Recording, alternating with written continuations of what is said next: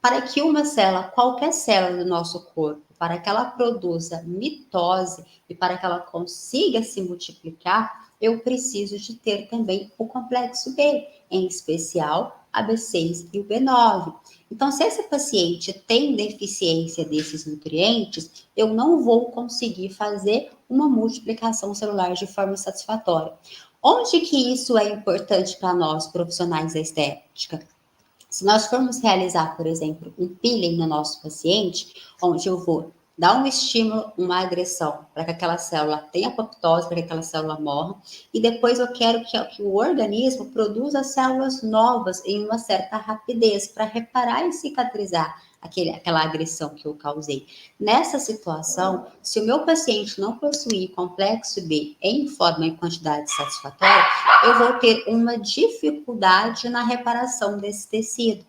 Então, esse paciente, ele pode ter um efeito indesejado ao meu peeling. Ele pode ter um ferimento, ele pode vir a ter uma cicatriz, ele pode evoluir tendo uma mancha, e isso é desagradável para nós. E quando a gente realiza um procedimento estético, a gente quer entregar um bom resultado, um resultado satisfatório para o nosso paciente. E se eu não enxergo essas coisinhas por trás, se eu não entendo dessas fisiologias por trás e eu envolvo o meu paciente a esse procedimento, eu posso estar sujeita a esse tipo de contraindicação não, de intercorrências, tá? Então eu preciso de ficar atenta em relação a essa questão.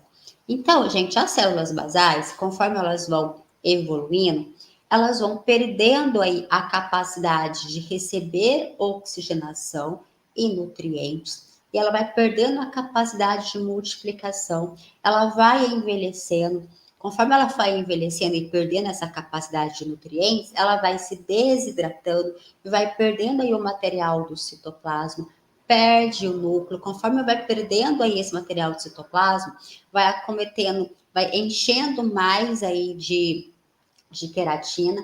Essa queratina ela vai se concentrando. Cada vez que ela se concentra, fica mais difícil entrar ali a circulação, entrar o oxigênio, entrar nutrientes. E essa célula evolui aí até a camada córnea, que é a morte da célula, que ela troca a célula. Então, todo esse ciclo aí, desde a camada basal até essa morte celular, nós temos aí mais ou menos 28 dias. Por que mais ou menos 28 dias? Um paciente que ele é um paciente jovem, que está em homeostase, esse ciclo acontece perfeitamente. Um paciente senescente ou um paciente que tem carências de nutrientes, esse ciclo acontece um pouco mais lento. Então, é muito comum eu verificar dentro do meio estético os profissionais quererem que o ciclo de colágeno, de elastina e de produção de células da pele sejam iguais para todos os pacientes. E isso, gente, não é correto. Eu preciso de respeitar a fisiologia que aquele paciente está vivendo. Um paciente em senescência, ele tem um metabolismo mais lento. Então, todas as reações químicas, bioquímicas daquele corpo vão ser mais lentas. Então, o ciclo de colágeno, o ciclo de elastina, a troca epitelial desse paciente será um pouco mais lenta. E eu tenho que levar em consideração isso quando eu for esperar o resultado. Um paciente que está em senescência, ele não tem o mesmo resultado que um paciente que está mais jovem, por causa dessas reações químicas aí, tá? Então, nesse caso aí da pele, eu preciso muito de garantir o quê? Bom aporte de oxigênio, bom aporte de nutrientes, para que ele consiga fazer a multiplicação, a divisão e tal. Um paciente que tem acne, vamos verificar um paciente que tem acne, né? Esses pacientes, eu vou até voltar ali no primeiro slide para a gente verificar. Espera lá, deixa eu ver como que eu chego lá. Eita. Isso. Olha só. Esses pacientes que têm acne, normalmente nós somos conscientizados que a acne, principalmente a acne de adolescente, ela se dá muito por causa do período de oscilação hormonal, essas coisas, enfim. Tá, pode acontecer.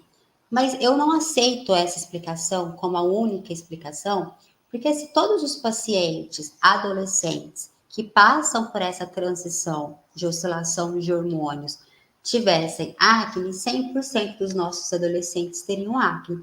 E isso não é uma verdade. Nós temos pacientes que sofrem mais e outros pacientes que sofrem menos. Aqui nós temos que pensar em duas questões. A primeira questão é o estilo de alimentação que esse paciente possui.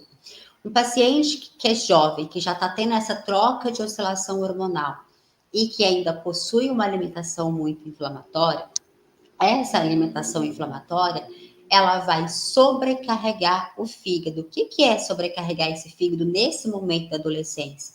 É dar muitas coisas para o fígado metabolizar. E o fígado, ele fica meio que sobrecarregado. E uma das formas do fígado se limpar, se ajudar a antioxidar, a desintoxicar, é excretar essas toxicidades que acabam sendo eliminadas também pelos poros, pela pele, e isso obstrui aí o folículo e fazendo com que esse paciente produza bastante acne. Essa é uma alternativa. Então, se você quer que o seu paciente quer que ele tenha uma melhor resposta em acne, você precisa fazer um tratamento de dentro para fora. Onde isso? Primeiro você controla o intestino desse paciente, depois você garante a proteção hepática desse paciente, garante que esse paciente tenha nutrientes para que a pele, o tecido epitelial, ele consiga se multiplicar e regenerar de uma forma satisfatória. Aí sim você tem uma integridade. Se você ignorar tudo isso e você partir para ativos secantes dessa acne, você vai estar tratando aquela acne, mas não a causa. Então, o paciente vai estar constantemente com fístula, com dor, e aquilo não vai se resolver. Então, é importante que seja tratado de dentro para fora. Em relação a essas questões hormonais, se o paciente tem uma boa alimentação, o fígado dá conta disso. Se o paciente não possui uma boa alimentação, se é uma alimentação inflamatória, vai sobrecarregar e esse paciente vai evoluir para acne. É muito semelhante à acne adulta, né? A acne adulta nós também temos dois motivos, principalmente as mulheres que têm uma tendência maior aí aos estrógenos, no aumento desses estrógenos, que faz com que a pele fica mais oleosa, que ela produza mais pelos, pelos mais grossos, e consequentemente faz com que essa paciente desenvolva maior essa oleosidade e evolua para a acne. É uma questão. Portanto, a literatura traz que isso é uma incidência muito pequena. Eu não sei falar em termos de quantidade, de porcentagens, X%, mas é uma concentração muito pequena. Outra questão que nós temos que verificar para o paciente adulto é também a sobrecarga de alimentos inflamatórios. O que difere esse paciente adulto do paciente jovem é que o fígado desse paciente ele já está muito mais cansado do que o paciente adolescente, porque normalmente é um paciente que já faz uso do álcool, é um paciente que talvez já faz uso de anticoncepcional, é um paciente que tem uma ingestão de alimento inflamatório muito maior, então esse fígado está muito mais cansado do que o fígado de um adolescente em relação a esses fatores. Então nós temos que primeiro também pensar aí dentro para fora.